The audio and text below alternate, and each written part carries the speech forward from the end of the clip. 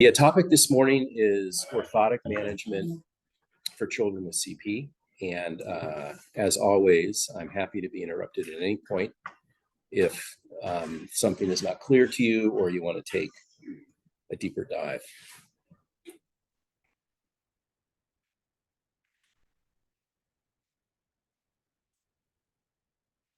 All right, let's see what's going on here.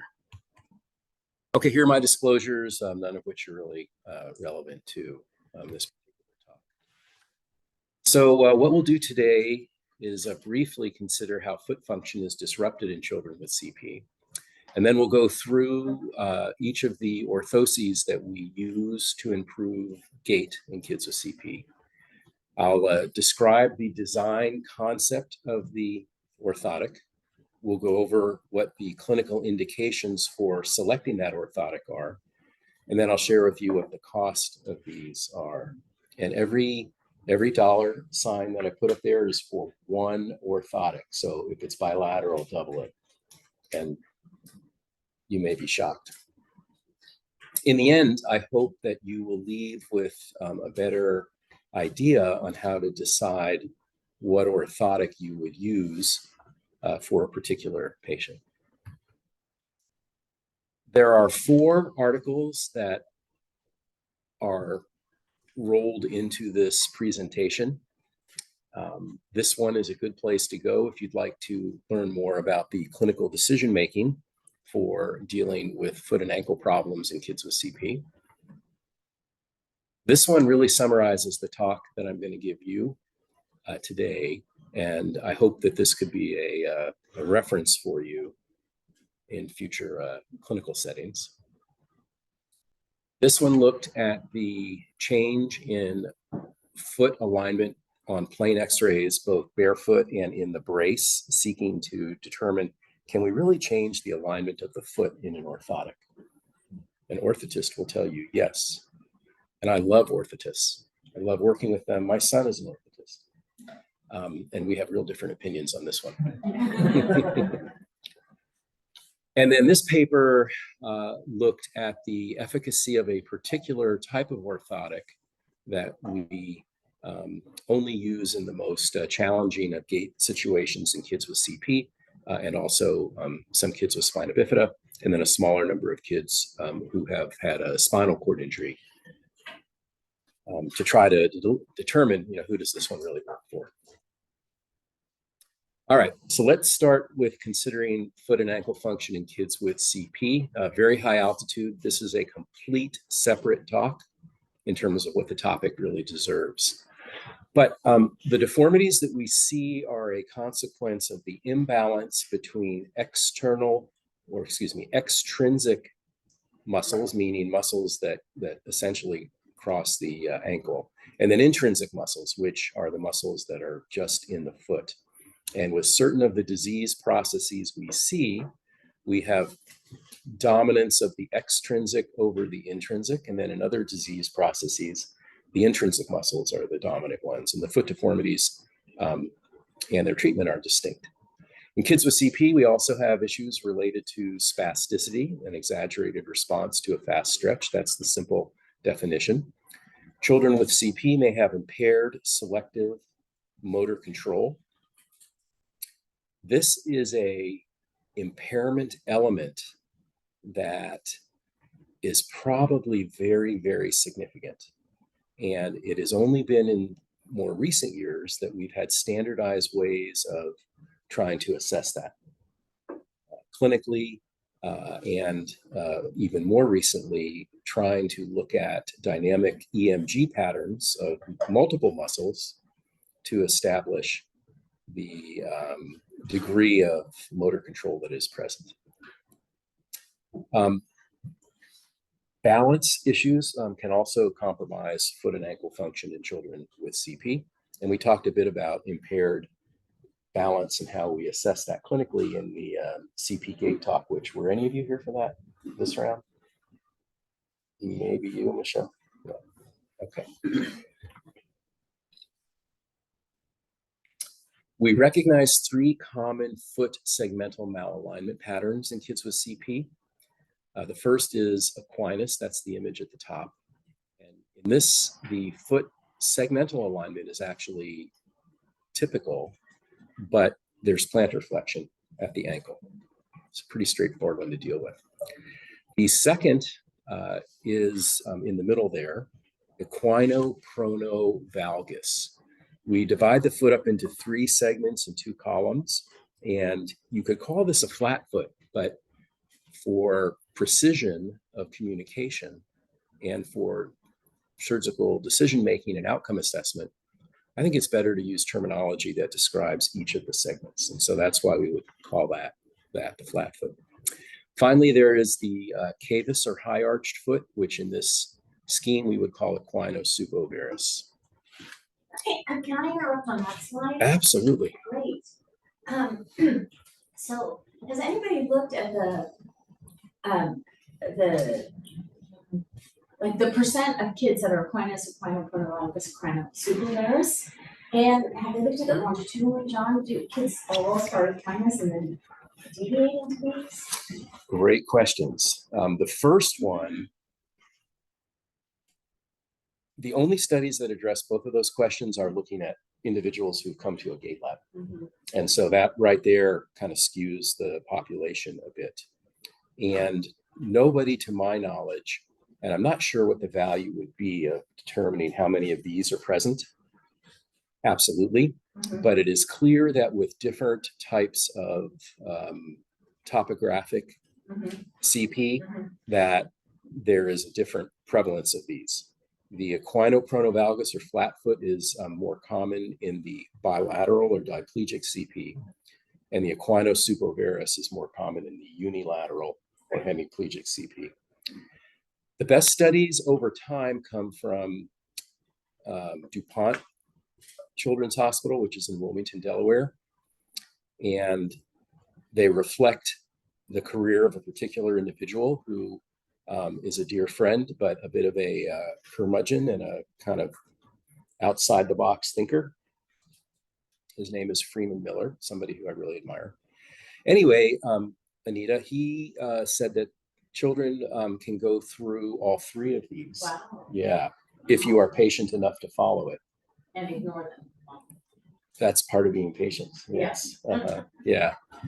And Freeman may be right, but at some point along the way, you pass out of the typical developmental profile, I think, and can get deformity that's so extreme that you can't expect it to really change, but rather it will only get worse with time. That'll be a hard one to sort out, though. All right. In the normal gait lecture, we talk about foot function, and it's remarkable. This same bag of bones, depending on the alignment of the bones, can either have a structure that is flexible or stiff or rigid. And that's important because what we ask of the foot in normal gait sometimes requires things to be flexible and other times requires the foot to be rigid. So early in stance phase, the foot functions in shock absorption, and you would want the foot to be fairly rigid. I'm sorry, you want it to be supple. In mid stance, the foot needs to provide stability, so you'd want it to be rigid. And then at the end of stance phase, where a large moment is generated by the ankle plantar flexor muscles, you would want the foot to be rigid. It turns out all of these foot segmental malalignments disrupt all 3 of these functions of the foot and ankle during gait. So here, clearly, you're going to, you've lost heel strike at initial contact. The foot is not going to be a shock absorber.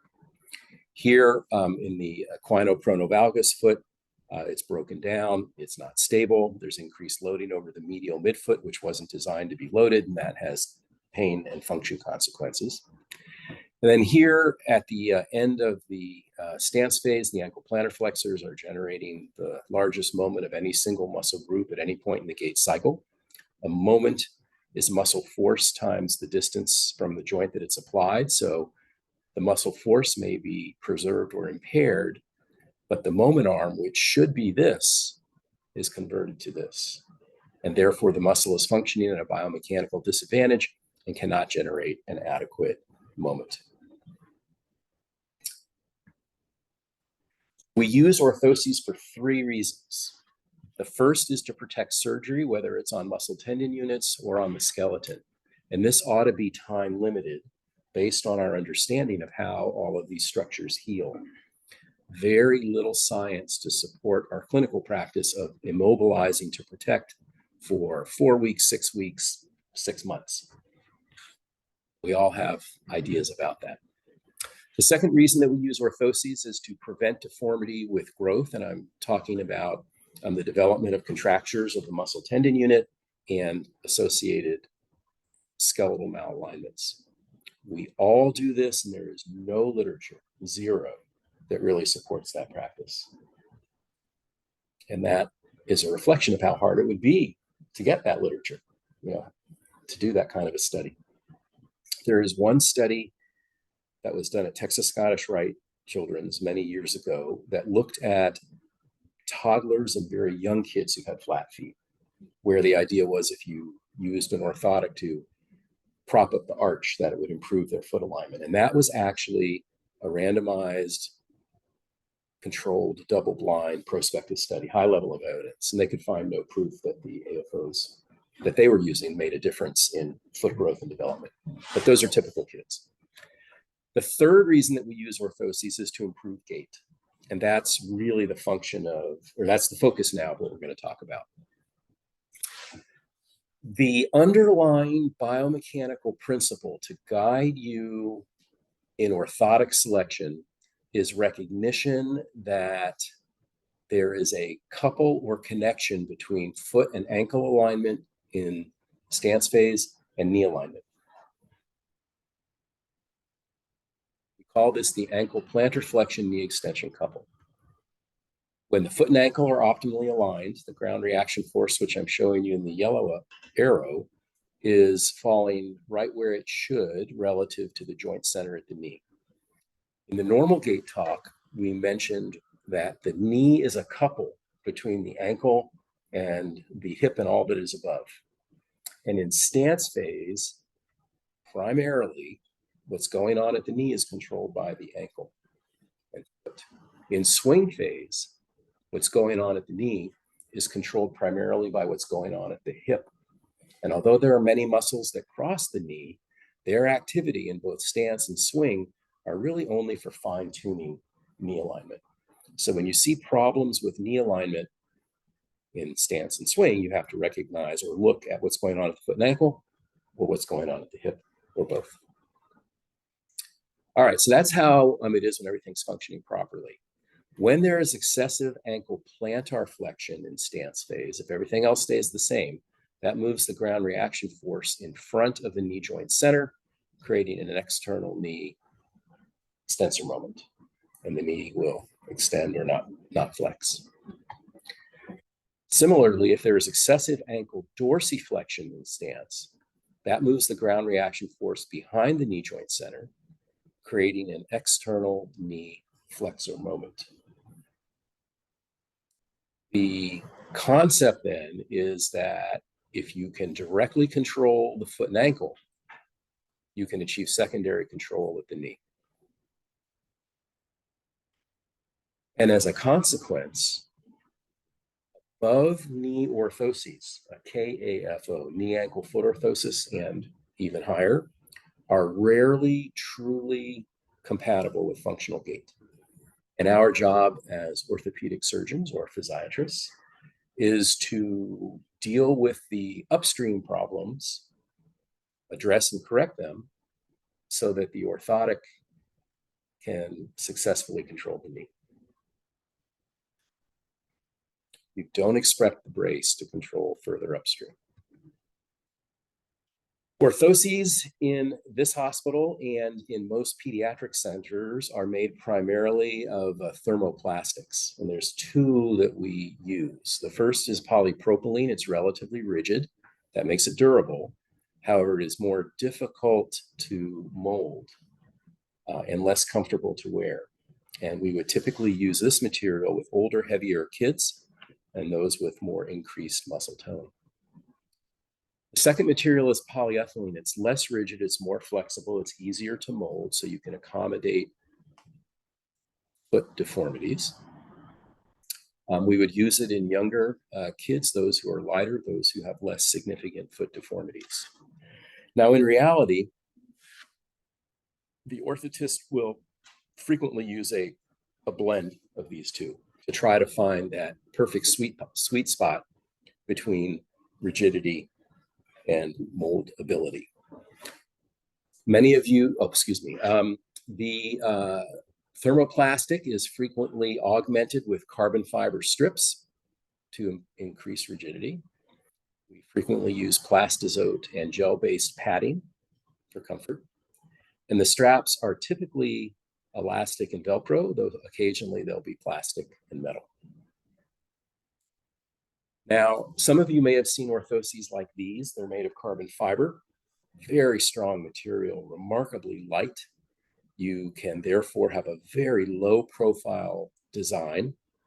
However, you can't adjust it at all. And these are expensive. This particular one by itself would be $720. We stay away from these at this hospital while the child is growing because you can't adjust it. With the thermoplastics, we can adjust it. We see children who are growing every 6 months if we're managing them orthotically because they usually need an adjustment. And we can generally get an orthotic to go 12 to 18 months, which wouldn't be the case with this. Now, you all have heard children are not just little adults. When we see individuals who come to us from the community where they're managed by an orthotist who is not that experienced or is looking to maximize his or her reimbursement, we'll see ones like these made in small kids. And that really is financially irresponsible. Okay, we'll use these in teenagers after they finish growing. Here is the take-home message really from this talk, and this is the table from that JAAOS article, which is in your teaching file on using orthoses to improve gait in kids with CP. What we'll do is look at each of the most common orthotics. I'll lay out the physical exam findings that are relevant, the gait deviations that we seek to treat, and any comments. And we'll go from the least restrictive orthotic to the most restrictive orthotic. The least restrictive orthotic that we would consider is the UCBL, University of California Biomechanics Laboratory. Great history behind that name related to gait analysis. This is considered a foot orthotic. Its trim lines are that it captures the plantar aspect of the foot. It has low, medial, and lateral trim lines. And the design theory is that you can control foot segmental alignment by propping up the medial midfoot with this orthotic. X-rays suggest that there's no consistent change in static standing foot alignment in this orthotic. But there are low-level evidence studies in the PT literature and the orthotic literature suggesting improved stability and symmetry of standing. Gait analysis studies looking at how this orthotic changes gait show no changes in gait. And this year, Medicare reimbursement for one of these would be $316.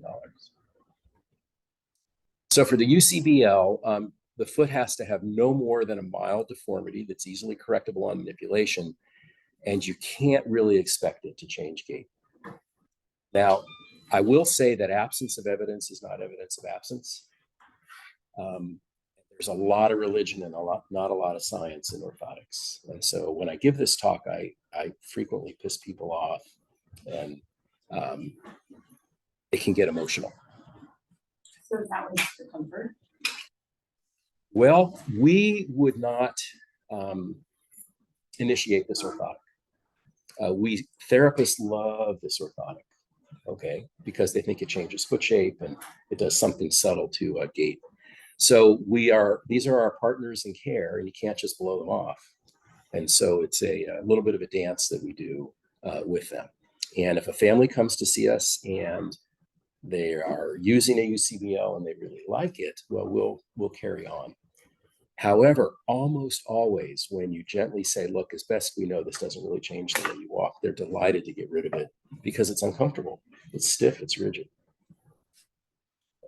Yes. This data is only in CP, so the UCBL is like for an adult flat foot. It's different. Yes. Okay. Yes. Yes. All of this is from pediatric world, and it's primarily CP. Yep. Next up is the supramalleolar orthosis, or SMO. The trim lines capture the plantar aspect of the foot. Medially and laterally, this comes up over the malleoli. And the design theory is that you control foot segmental alignment by grabbing the hindfoot with the orthotic. And you can do this without restricting ankle dorsiflexion or plantar flexion. Conceptually, pretty cool. Sadly, gait analysis shows no benefits as best we can measure it. And the cost now is going up a little bit, over $500 for each one of these. So the SMO, again, the foot would have to have no more than mild deformity that is easily correctable, which means on manipulation, you can restore foot alignment. And we don't really believe it has any effect on gait. This is another very, very popular orthotic in the community. And you will see us use this, but rarely by itself. We'll usually combine it with a more restrictive orthotic when we need to have better foot control than the other orthotic will give, which will become clear in just a moment. And then I will initiate an SMO post-op after foot and ankle surgery if it's clear that they don't need any kind of orthotic management of the ankle, but I'm concerned about losing in corrected foot alignment that we achieve surgically over time. No science, but you will see this one here, the SMO. Moving up, the next one is the posterior leaf spring, or PLSO orthotic. The trim lines capture the plantar aspect of the foot, and posteriorly, it comes up to the proximal third of the calf, but it narrows at the ankle distally. And this is called a leaf spring because looking at it from this view, it's sort of like the stem coming up and then the body of the leaf spreading. That is where the name came from. The design concept is that this will control ankle plantar flexion and swing. So if you have toe drag or inadequate ankle dorsiflexion by the end of swing to be properly aligned for the upcoming stance phase, this brace can do that. However, it still allows ankle dorsiflexion to occur in mid-stance. That's the concept. When this orthotic was first developed, the idea was that as you moved through stance phase, the orthotic would deform in this direction. And as you unloaded at the end of stance, it would spring back that way. It's the spring part, posterior leaf spring. And it would in some way augment the third rocker at the end of stance. X-rays show no change in static standing foot alignment wearing this orthotic. Gait studies have shown that a properly designed PLSO will indeed control swing phase and will not limit stance phase, dorsiflexion. However, it failed to show any augmentation of power generation at the end of stance. So as best we could measure, this one doesn't really return much to the patient. There's another design that's more recent that early evidence suggests that it may actually return some energy to the foot and ankle at the end of stance phase that we rarely use in CP. But one of our physiatrists, Dr. Evans, who runs the spina bifida clinic, is a believer, and she uses that brace in that clinic. Here's the cost, just under $600 for one of these. So the PLSO, you would only use in a foot that has no more than mild malalignment in a child who's low tone, and they have to have the passive ankle dorsiflexion range to even take advantage of this orthotic.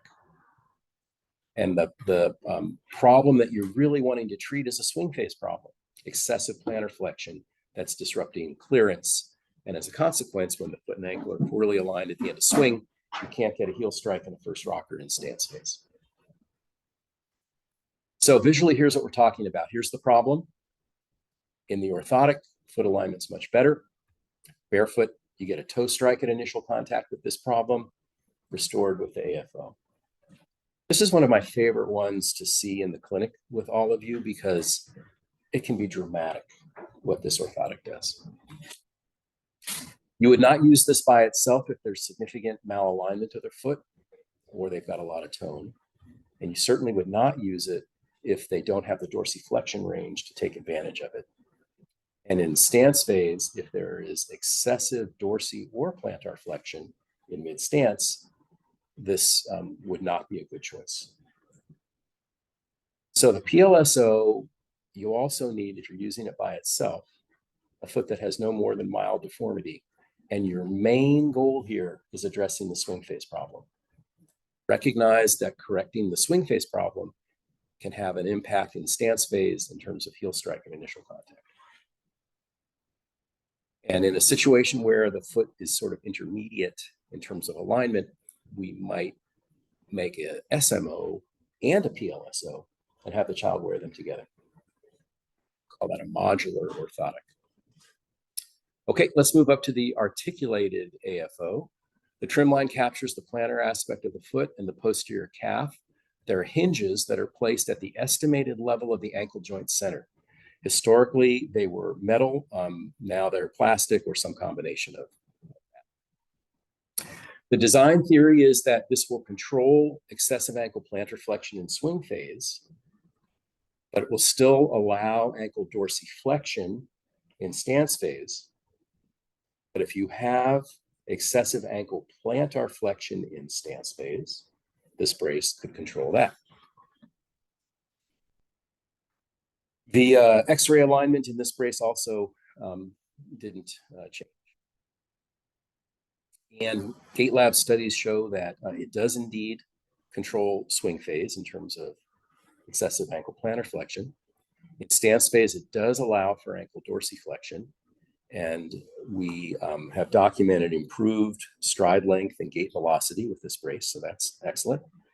And in some cases, improved energetics when wearing the orthotic. So as you can see, this brace has been studied fairly extensively. Just under $700 for one of these. So indications, the foot needs to be in no more than minimal malalignment and flexible, and ideally you have low tone and spasticity. You have to have excessive ankle dorsiflexion range to utilize the articulation. The problem in stance phase would be excessive plantar flexion, foot clearance issues, and that's in swing phase. The problem in stance phase would be excessive plantar flexion, typically in mid-stance. So here would be an example of a stance phase indication for this orthotic. You see the plantar flexion causing the knee to hyperextend, plantar flexion, knee extension couple. Control the ankle, you can control the knee. You would not use this brace by itself in a foot that is very malaligned or in somebody with high tone. You would not use it if they don't have the dorsiflexion range to take advantage of the articulation. And this is probably the most common orthotic decision-making error that we see, you would not use it when there is excessive ankle dorsiflexion in mid-stance, which is essentially a crouch gait. And here's an example of that. So GMFCS3, because of the walking aid, you see excessive ankle dorsiflexion in stance.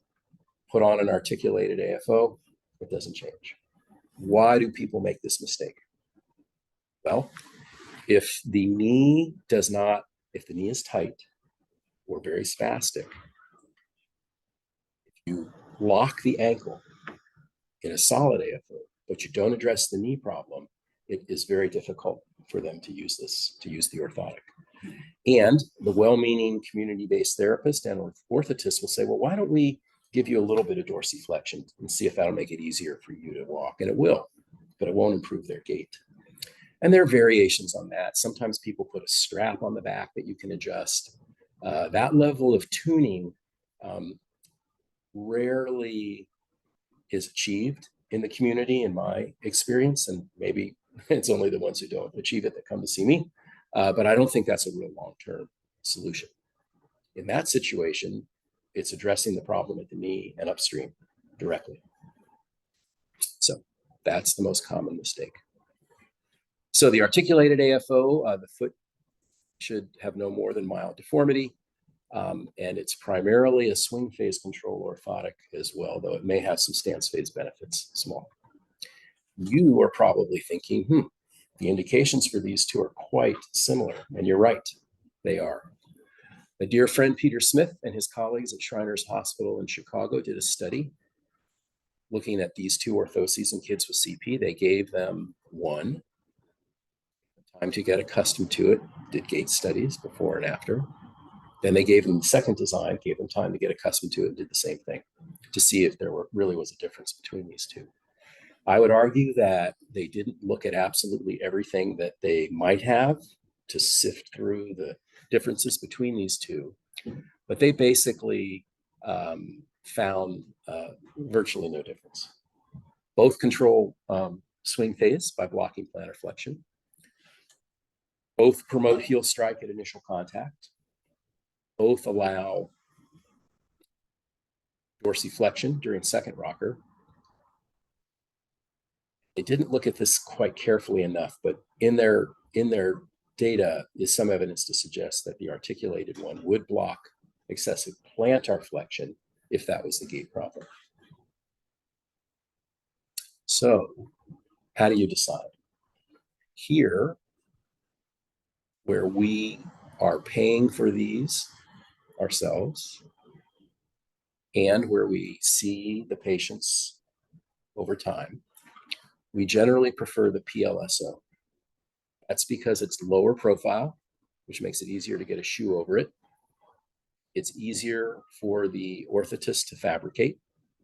It's more durable. The hinges are the weak link, no pun intended, in the articulated AFO, and the PLSO is less expensive. So when we have control, we'll go with the PLSO. If they come to us with a history of using the articulated AFO and it's gait-wise appropriate, we'll certainly support them in continuing on.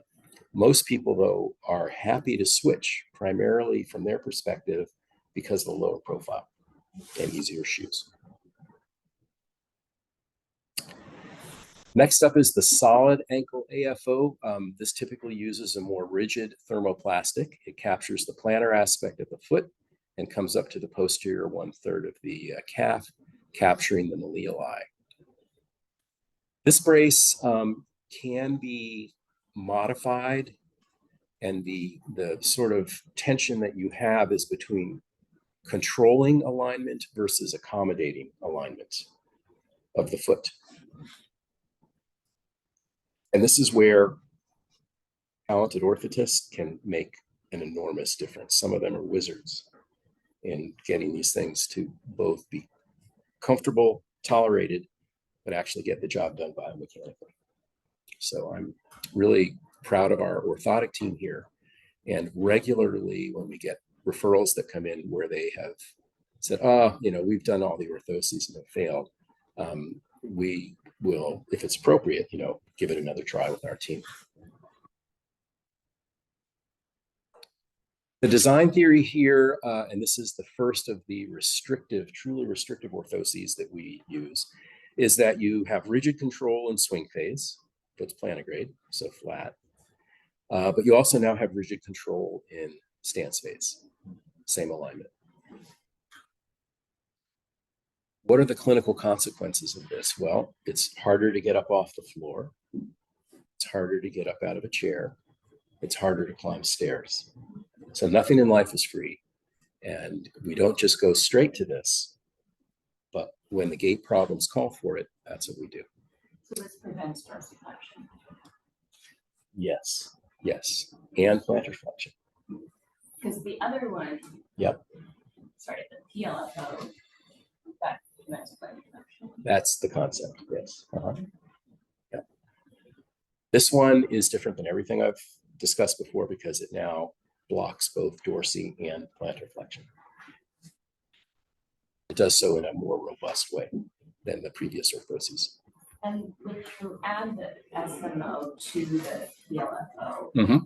that still allows the dorsiflexion. Yeah, the SMO comes up to the malleoli, but doesn't go any higher, so it doesn't restrict the ankle. It increases the contact area between the orthotic and the foot, which allows you better control without having to push on a smaller piece of the foot. That's the way to think about that.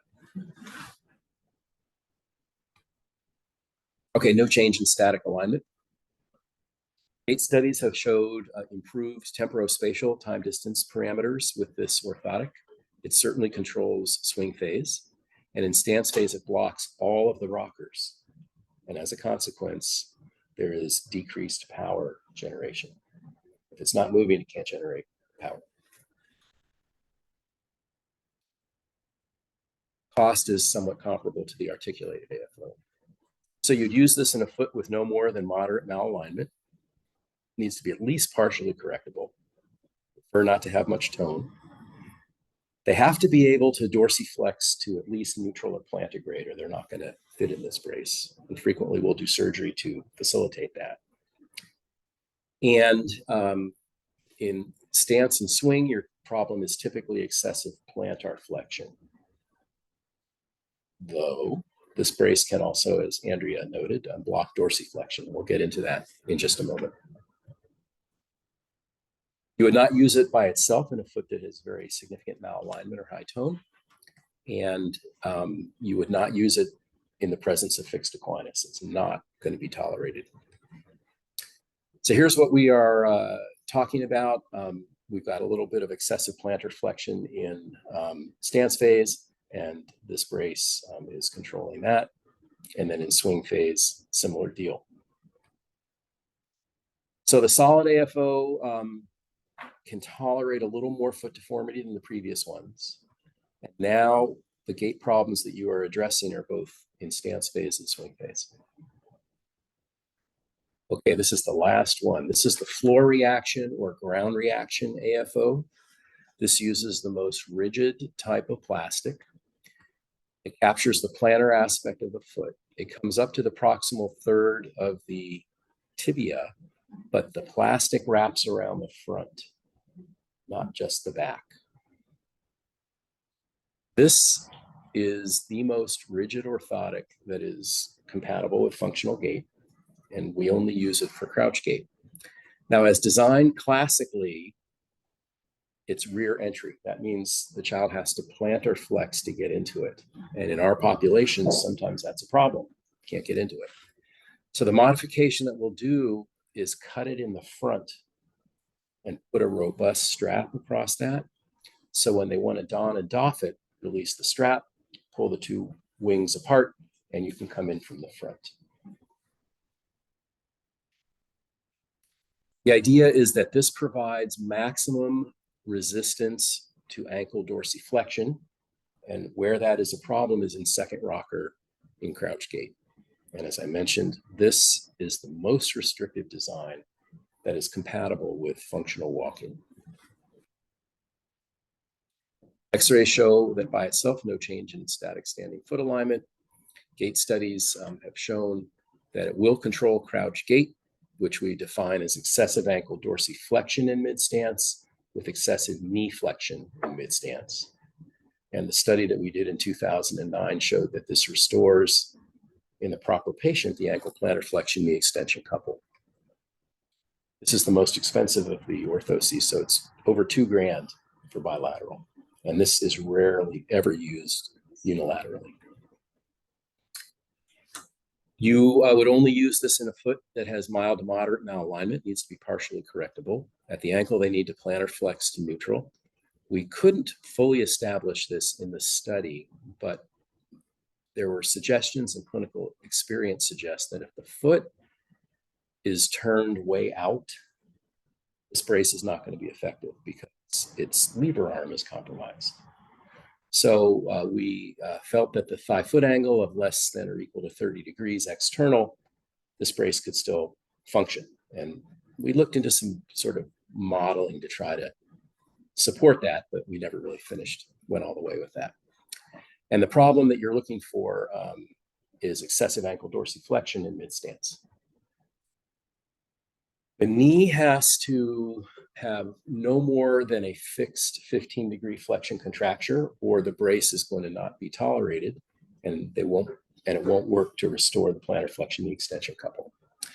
In that setting, we would either address the knee problem, or if for some reason we can't do that directly, we would consider building in a little bit of dorsiflexion into this orthotic.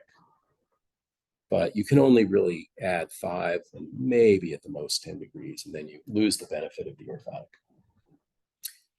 We learned in the study that you also have to have minimal hip flexion contracture for this brace to be effective. So as I indicated earlier, if you've got these kinds of problems at the knee and the hip, you need to address them in some other way to facilitate the AFO doing its job. So here's what we're talking about. This is crouch gait, excessive ankle dorsiflexion, knee is bent. What we want to do is control the ankle. And if the knee has adequate passive range and the hip is not and the hip has adequate range in extension, we can get the knee to straighten out. Can't use this brace if the foot is significantly malaligned, if you have fixed dorsi or plantar flexion deformities at the ankle, and if you have a significant external 5-foot angle, which could be due to a broken down foot or external tibial torsion, something you guys see all the time with our seminal surgeries. You need to address the knee flexion contracture. There are rotational instabilities in the spina bifida and spinal cord injury population that need to be considered. If you lock the ankle in somebody who is using a lot of trunk deviations to walk, that will increase coronal and transverse plane moments at the knee. Okay. If you lock the ankle, it can, in some cases, increase the loading at the knee. And you need to be aware of that, because if you do that, you are increasing the likelihood of early knee issues after, a decade of wearing an orthotic like that. Anyway, you got to look very carefully at the knee, carefully at the hip, and address those problems. So the floor reaction or ground reaction AFO can tolerate up to mild to moderate foot deformity. And the indication here, this is primarily a stance phase control orthotic for crouch gait. Is it thought that the solid orthotic straps aren't strong enough to act like excellent. these? It can. Okay. The surface area that the strap provides against the anterior tibia is less than the plastic. That's one way to look at it. And is less comfortable for a variety of reasons. So a younger child, a lighter child in crouch, we might choose the solid with the strap controlling the tibia. As they get older and bigger, though, in the teenage years, the AFO won't get the job. Solid ankle AFO won't get the job done. So you have to switch. Is that good for you, Andrea? Mm-hmm. All right. Okay, so how do you pull all of this together? Well, the concept of integrating data from a variety of domains to guide your clinical decision making is called a diagnostic matrix. There are physical exam elements that you need to take account of in figuring out orthotic use. X-rays can be helpful in objectively looking at the degree of foot deformity and help you figure out what to do about it. And then you have to do some kind of a gait assessment, because what's driving this is, where's the gait problem? So in the physical exam, we're looking at range of motion, strength, motor control. On X-rays, we do a segmental assessment of foot alignment. In your gait assessment, be it observational or quantitative or both, you want to identify where are the functional problems in walking here. Are they in stance phase? Are they in swing phase? Or both? And that can help you sort out which orthotic to do. Now, following the seminal surgeries, we have a sort of different approach here. We begin with a rigid orthotic, a solid AFO, because we're protecting surgery. But not everybody needs that degree of rigidity once they are recovered from the surgery. So what we do when we fabricate that solid AFO is throw in a thick thermoplastic keel. So somewhere 4 to 6 months after surgery in the right patient, we'll trim the solid AFO back to a PLSO. And on we go with their rehab. So we occasionally measure for these braces in the OR, but we prefer not to. If the child has behavioral or cognitive issues, we'll do that. In other words, you finish the surgery, the orthotist comes up, you make the measure. Usually halfway through the period of immobility, we'll see them in the clinic, take the surgical cast off, check their incisions, mold them at that time, and then put them in fresh cast. And then we typically immobilize children 4 to 6 weeks after these surgeries. And when we finish the time of immobility, the orthotic goes on. Now, across the country and around the world, not everybody waits this long. Some people wait longer to mobilize them, and some people mobilize them earlier. And generally, the earlier, the better. And I think relative to the soft tissue surgeries that we do, probably earlier than 4 weeks in the right setting is reasonable. The skeletal surgeries that we do that involve bone grafts and reconstructions, those nobody is comfortable moving 2 or 3 weeks after surgery. And we may be fooling ourselves even at 6 weeks, which is why over the years we've moved to more internal fixation, not to hold these allografts in place, but rather to prevent late graft collapse when we mobilize them. And months later, that allograft is being resorbed and replaced by their host bone. Okay. So anyhow, that allows us at the proper time to go from the solid to the PLSO without having to fabricate a whole new brace. It's cost effective. We make this transition at 4 to 6 months from the solid to the PLSO in the less impaired, so typically GMFCS 1 and 2, and those who are in or started in a jump gait, or at the most a minimal crouch gait. For the 3s who have more impairment, more malalignments, more weakness, we would not go with this theory here, but rather go straight to the floor reaction ortho. It's rare you'll see us do that. So the algorithm is following surgery, solid AFO. You convert to a PLSO for the GMFCS 1s, 2s, and a few of the 3s, somewhere at 4 to 6 months. And if there's crouch at any point, you don't do this. We go to the ground reaction or floor reaction AFO for the 3s in crouch.